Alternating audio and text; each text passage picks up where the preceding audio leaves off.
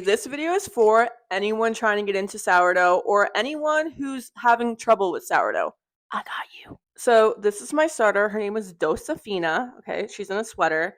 And she is basically, let's think of it as flour and water that grows into like a yeast. And you need this to make loaves. It makes it rise. It gives it that sour flavor. Okay. But it really is only water and flour that you have to pretty much maintain, aka feed.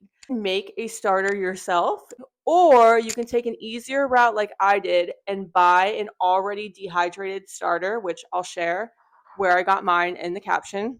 If you have a friend or family member that's already in the sourdough, you could ask for like a tablespoon of theirs and feed it, and then it will grow. Okay, I removed her sweater, and this is what she looks like. I've been feeding her all week. I am going to discard a little bit because if I was to feed her right now, she could explode.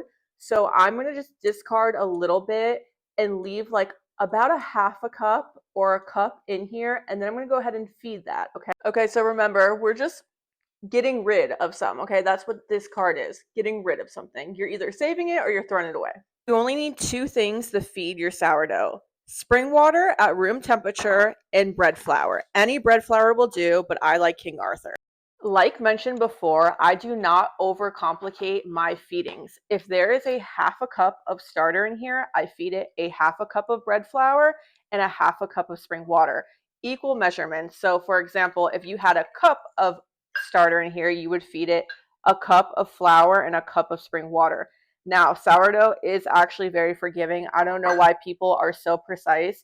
If I added too much water, I can always add more flour. If I added too much flour, I can always add more water.